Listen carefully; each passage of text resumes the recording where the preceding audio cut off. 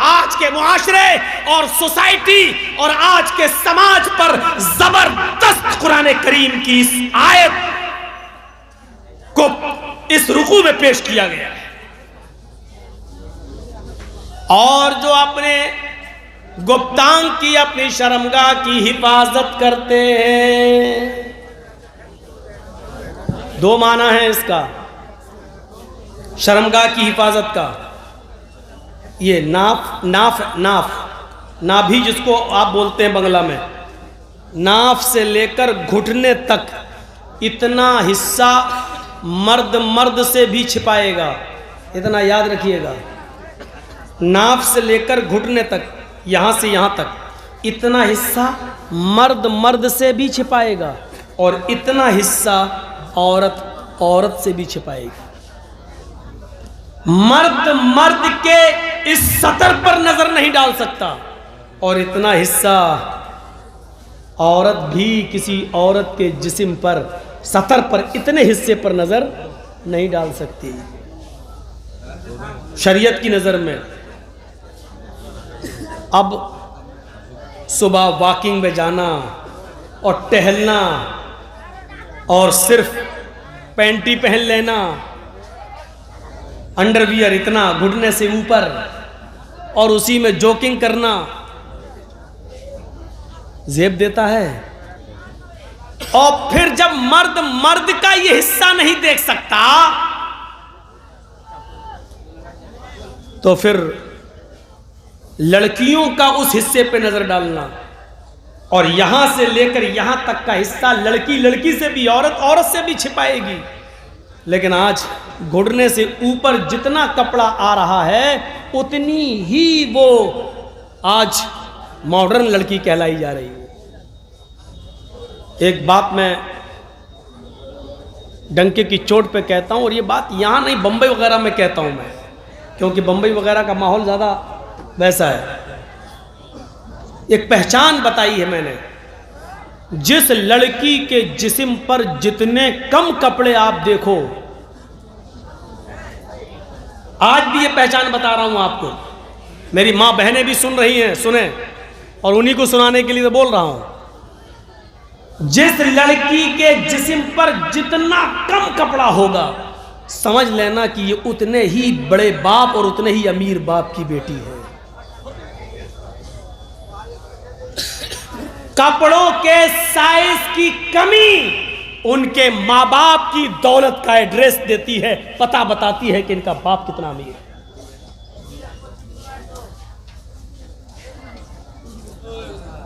लानत है तेरी ऐसी दौलत पर जो अपनी बेटी को 5 मीटर का कपड़ा लाकर नहीं दे सकता। और बड़े फख्र के साथ, कौन है? मेरी बहन है। बहन नहीं बोलते, सिस। अब तो सिस्टर से भी सिस रह गया, मदर से मोम रह गया, ब्रदर से ब्रो रह गया। कुछ दिनों के बाद खाना से खाना रह जाए, पीना से पीना रह जाए। बहुत शॉर्टकट में ये दुनिया चल रही है।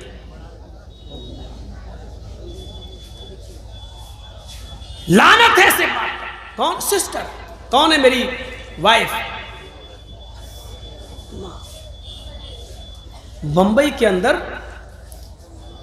मेरा फुफेरा भाई अभी टाटा हॉस्पिटल में, उसका पैर अभी काटा गया है पूरा, कैंसर की वजह से। मैं वहीं था, पूरा 1 महीना मैं वहीं रहा हूँ, और अभी कल का प्रोग्राम करके फिर वहीं जाना है, क्योंकि अभी वो बॉम्बे से हॉस्पिटल से तो छुट्टी मिल गई, लेकिन अभी बार बार जाना पड़ रहा है हर दूसरे तीसरे दिन उसको लेके। उसके बाप नहीं है, माँ नहीं है, तो हम ही एक अकेले उसको बेचारे का लेके पड़े हुए हैं वहाँ। 70 साल की बुढ़ियाँ भी लगती नहीं है कि 70 साल की हो। कौन सा पेंट करती हैं चेहरे पर। हाँ, ये अलग बात है कि पानी अगर डाल दिया जाए या बारिश हो जाए तो उनके बच्चे भी उनको पहचान नहीं पाएंगे, ऐसे निकलते। पता नहीं कौन सा सामान लगाती हैं कि वो 70 साल की भी लगती 17 साल की है। हॉस्पिटल में भी नहीं पहचान पा रहे। इस मेकअप ने इंसान को ऐसा बना दिया।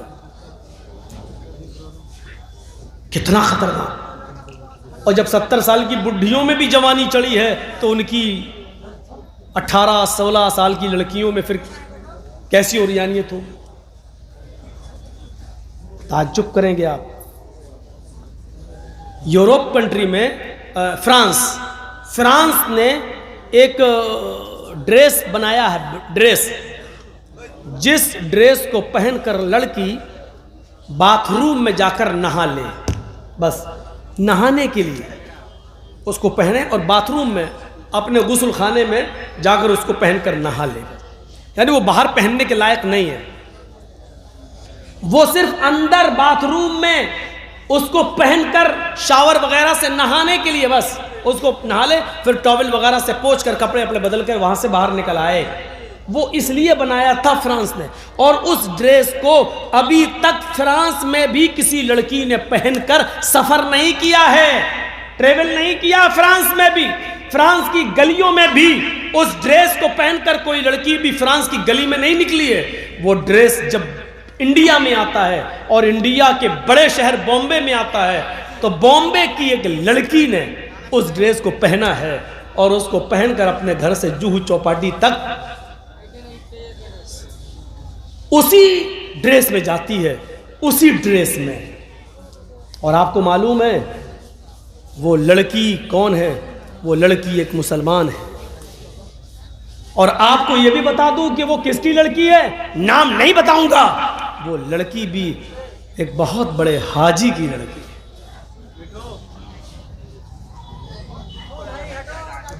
कहां जा रहा हमारा मुआशरा?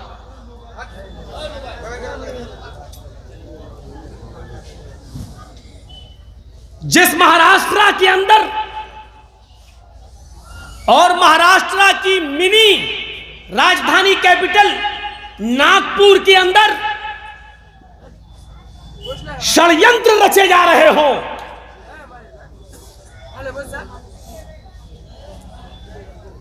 एक कमरे के अंदर बैठकर कि किस तरीके से मुसलमानों की लड़कियों को हिंदू लड़कों के साथ उनका लव शुरू करवाया जाए और उनकी कोर्ट मैरिज करवाई जाए और उन मुसलमान लड़कियों से हिंदू औलादें पैदा की जाएं। ये सारी बातें आज एक संगठन और एक तंजीम के ज़ेरे साए हो रही हो,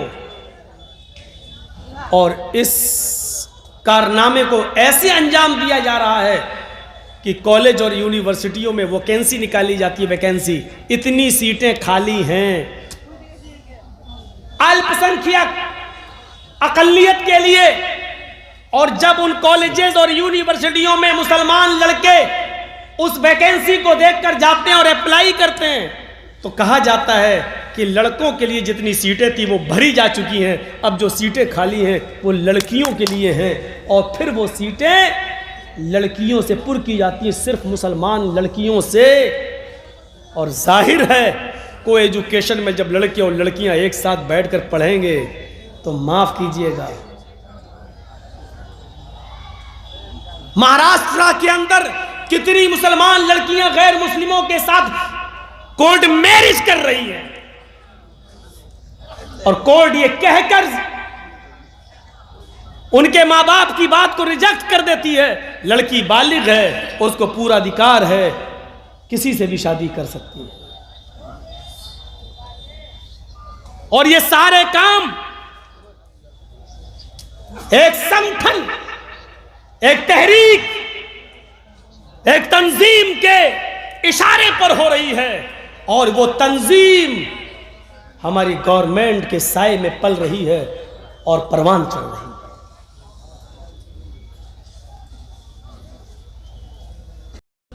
ये बात कहां से निकली, दूसरी तरफ चली गई। तो सुनो मेरे भाइयों, वल्लदीना हुम लिफुरूजिहिम हाफिजून, कौन गया? एक मुसलमान की लड़की, वो ड्रेस पहनकर समंदरी इलाके पे जाती है और समंदर के अंदर वो क्या बोलते हैं उसको, बहुत तेज स्पीड में चलता है स्टीमर। एक तो वो होता है जो बहुत धीरे धीरे चलता है, एक होता है बहुत तेज चलता है समंदर के अंदर। उसके ऊपर ऐसे बैठी, ऐसे, अपने सीने का हिस्सा रखकर और अपने पीछे का हिस्सा उठाकर ऐसे बैठ के चला रही है, चश्मा लगाकर। आगे का सीन दिखा रही है, पीछे का बोर्ड उठा रही है और चल रहा है। किसी की बहन होगी, किसी की बेटी होगी। ऐसे ही अल्लाह के रसूल ने नहीं कहा था कि जिसकी बहन, जिसकी बेटी, जिसकी बीवी, जिसकी मां बेपर्दा घूमे, बेपर्दगी का मुजाहिरा करे, वो दयूस है। दयूस बहुत खतरनाक जुमला है, दयूस। अरबी के हिसाब से देखोगे तो सुन के रह जाओगे, लेकिन अगर इसको आप उर्दू में कन्वर्ट करो तो जानते हो इसका माना क्या होता है? दयूस। दयूस का माना होता है, क्या कहें इसका माना? दयूस का माना दल्ला। उसको क्या बोलते हैं आप? जो अपनी मां, बहन, बेटी को तवाइफ के चकले पे बिठा दे और उनसे गलत कमाई कमाकर, वो जो कमाए अपना जिस्म बेचकर जो कमाती हैं उसका पैसा खाए।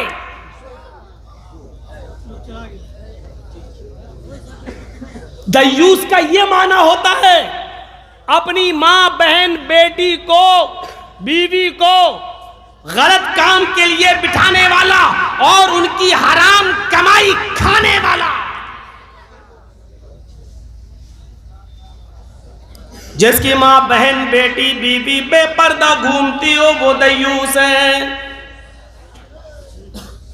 सिर्फ चौपाटियों पर घूमे वही नहीं, मज़ारों पे घूमे वही नहीं, बाजारों में घूमे वही नहीं, मार्केटों में घूमे वही नहीं, नुमाइशों में घूमे वही नहीं। ओ बिहार वालों, जलसा कराने वालों, तुम्हारे जलसे में भी जो बेपर्दगी से घूमे वो भी सरों से साड़ी के पल्लू गिरे हुए, बाल खुले हुए, बाहें खुली हुई, ब्लाउज दिखता हुआ, नौजवान लड़कियां हाफ आस्तीनों के कपड़े पहनकर, बालों को खोल खोल कर, मर्दों के शाना बशाना दुकानों पे खड़ी होकर जो शॉपिंग कर रही हैं, ये हमारी बहनें, बेटियां, बीवियां, माएं, हम और आप भी उसी फहरिस्त में शामिल हैं। जलसे में आ जाने के बाद जन्नत का सर्टिफिकेट आपको नहीं मिल जाता है कि आपकी बहनें, आपकी बेटियां चाहे जैसे घूमे आप जन्नती हैं। नहीं नहीं, कामयाब मुसलमान की पहचान, कामयाब मोमिन की पहचान ये बताई जा रही है, वल्लज़ीना हुम लिफुरूजिहिम हाफिज़ून, जो अपनी सतर की और शर्मगाहों की हिफाजत करती हैं। हजरत फातिमा का इंतकाल का वक्त आता है, कहती है, आय अली, मैं आपकी बीवी भी हूँ, मुहम्मद रसूलुल्लाह की बेटी भी हूँ, मेरी एक आरज़ू है, मेरी एक तमन्ना है। का क्या? आय अली, मेरा इंतकाल हो जाए अगर इस बीमारी में, तो मुझे कफना देना, कफन से उड़ा देना और छिपा देना गुस्ल देने की बात। और आय अली, मुझे दिन में दफन न करना, कब्रिस्तान की तरफ लेकर जाओ तो मुझे दिन के उजाले में मत ले जाना, मुझे रात के अंधेरे में इशा की नमाज के बाद मुझे कब्र में दफन करना। हजरत अली ने पूछा, ऐसा क्यों? कहने लगी, आय अली, मैं नहीं चाहती मेरे इंतकाल के बाद, मेरे मरने के बाद, मेरे इंतकाल के बाद मेरे जिस्म पर पड़े हुए कफन पर भी किसी गैर मर्द की नजर पड़े, किसी गैर की नजर पड़े, मेरे मुर्दा जिस्म पर पड़े हुए कफन पर भी किसी गैर मर्द की नजर पड़े, मैं नहीं चाहती हूँ। ये मोहम्मद रसूलुल्लाह की बेटी का पर्दा था। हमारी बेटियां जलसों में क्या कर रही हैं, हम अपना पर्दा देखें। कौन जिम्मेदार है इसका? वहां नागपुर में षड्यंत्र रचे जा रहे हैं, वहां ये तैयारियां हो रही हैं, इन मुसलमानों की लड़कियों को हम अपने घर की बहुएं कैसे बनाएं, हम इनसे गैर मुस्लिम बच्चे कैसे पैदा कराएं, हम इनके बच्चों से राम राम कैसे कहलवाएं, हम इनको राम भक्त कैसे बनाएं। यहाँ ये षड्यंत्र हो रहे हैं और यहाँ हम साजिश से हम जो है साजिशों में हम साजिशों से बाखबर भी नहीं है, साजिशें हमें कुछ लगती ही नहीं है। मेरे प्यारे साथियों, कुरान कहता है सतर की भी हिफाजत होनी चाहिए और शर्मगाह की भी हिफाजत। शर्मगाह की हिफाजत जिनसे मना है वो अलग कर दिया, इल्ला अला अज़वाजिहिम औ मा मलकत अयमानुहुम। अपनी शर्मगाहों की हिफाजत करो, हाँ अपनी बीवियों से नहीं, अपनी बांदियों से, लौंडियों से नहीं। अरब के अंदर लौंडी चलती थी, आज के ज़माने में नहीं है।